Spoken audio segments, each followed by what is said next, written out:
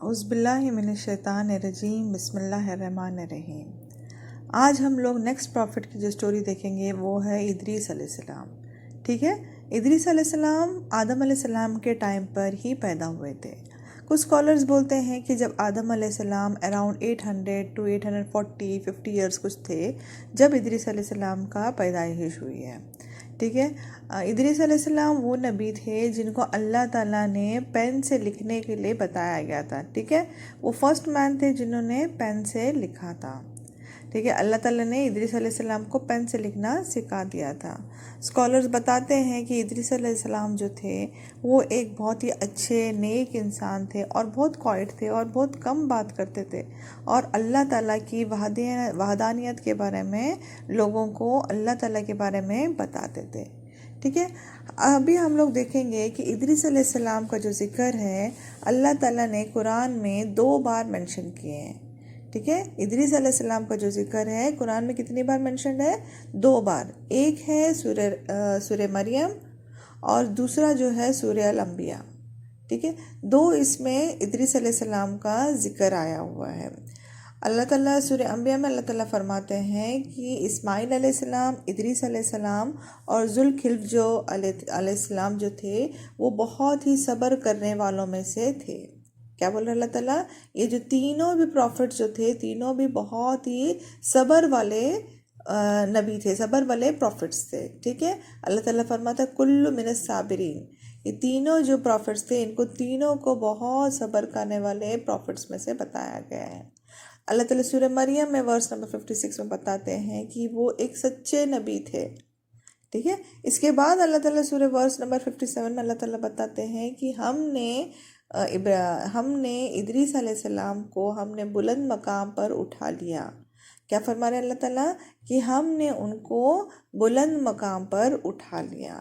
ٹھیک ہے، بس اتنا ہی ہم لوگ کو 2 ہی بار ادریس علیہ السلام کا ذکر آیا ہوا ہے۔ اس کے علاوہ ہمیں کہیں پر بھی ادریس علیہ السلام کی نہ سٹوری آئی ہے نہ کوئی کچھ بھی چیز آیا ہے۔ ٹھیک ہے، اب ہم لوگ یہ سینٹنس کو جو ہے اللہ تعالیٰ جو فرما رہے ہیں سورہ مریم میں کہ ہم نے ان کو بلند مقام پر اٹھا لیا۔ ٹھیک ہے، اسکالرز بولتے ہیں کہ یہ جو ہے اس کا وہ بتاتے ہیں کہ جو صحیح بخاری شریف میں اللہ تعالیٰ نے صحیح بخاری شریف میں حضور صلی اللہ علیہ وسلم نے فرمایا ہے کہ جب حضور صلی اللہ علیہ وسلم اسراء والمعراج پر گئے تھے، ٹھیک ہے، جب وہ اسراء والمعراج پہ گئے تھے تو انہوں نے ادریس علیہ السلام کو کہاں دیکھا تھا؟ ادریس علیہ السلام کو 4تھے آسمان پر دیکھا تھا۔ تو ہم لوگ یہ یاد رکھیں گے کہ ادریس علیہ السلام کو حضور صلی اللہ علیہ وسلم نے ان کی ملاقات 4تھے آسمان پر ہوئی تھی۔ تو کچھ اسکالرز بولتے ہیں کہ ایک سٹوری بتاتے ہیں اور بولتے ہیں کہ یہ سٹوری شاید وہ جو اللہ تعالیٰ کا ایک جو آیت آئی ہوئی ہے، کلام ہے اللہ تعالیٰ کا کہ ہم نے انہیں بلند مقام پر اٹھا لیا، تو وہ اس سٹوری کو بتاتے ہیں۔ میں ابھی آپ کو سٹوری بتاتی ہوں انشاءاللہ، اس کے بعد میں ہم لوگ اس کے پھر ایکسپلین کریں گے انشاءاللہ۔ ادریس علیہ السلام کو اللہ تعالیٰ نے فرمایا ہے کہ ادریس علیہ السلام کے جو لوگ تھے وہاں پر جتنے بھی لوگ نیک اعمال کریں گے، جو بھی گڈ ڈیڈس کرے گا، وہ ہر روز جتنے بھی گڈ ڈیڈس کریں گے تو اس کا اجر ادریس علیہ السلام کو ڈبل ملے گا۔ ٹھیک ہے، جتنے بھی لوگ جو بھی اجر کریں گے، اچھے کام کریں گے، نیک کام کریں گے، ان کا سب کا ریوارڈ ادریس علیہ السلام کو ایوری ڈے ڈبل ریوارڈ ملے گا۔ جب ادریس علیہ السلام نے یہ دیکھا تو ادریس علیہ السلام نے سوچے کہ میں اور زیادہ نیکیاں کما سکتا ہوں، بٹ کیا ہے مجھے تھوڑا زیادہ جینا پڑے گا۔ ٹھیک ہے، تو ادریس علیہ السلام نے سوچا کہ ادریس علیہ السلام جا کے فرشتوں سے بات کی اور بولے کہ مجھے اور زندہ رہنا ہے، یعنی مجھے اور لمبا رہنا ہے، تو اگر ملک الموت سے میں بات کر سکوں کہ مجھے اور لمبا رہنا ہے تو یہ بہت اچھی بات ہو جائے گی۔ فرشتوں نے کہا کہ اگر ایسی بات ہے تو آپ ہمارے ساتھ چلو، اوپر چلو، آسمانی سفر پہ چلو اور آپ ہی خود ان سے بات کر لینا۔ تو اب ادریس علیہ السلام اور فرشتے مل کے پہلے آسمان سے دوسرے آسمان، دوسرے آسمان سے تیسرے آسمان سے لے کے جب 4تھے آسمان پر پہنچے تو انہوں نے وہاں پر ملک الموت کو پایا۔ ادریس علیہ السلام جس کام کے لیے آئے تھے انہوں نے ملک الموت کو بولے کہ مجھے اور لمبا جینا ہے، ٹھیک ہے، مجھے اور لمبا جینا ہے، اس کے لیے میں بولنے کے لیے آیا ہوں۔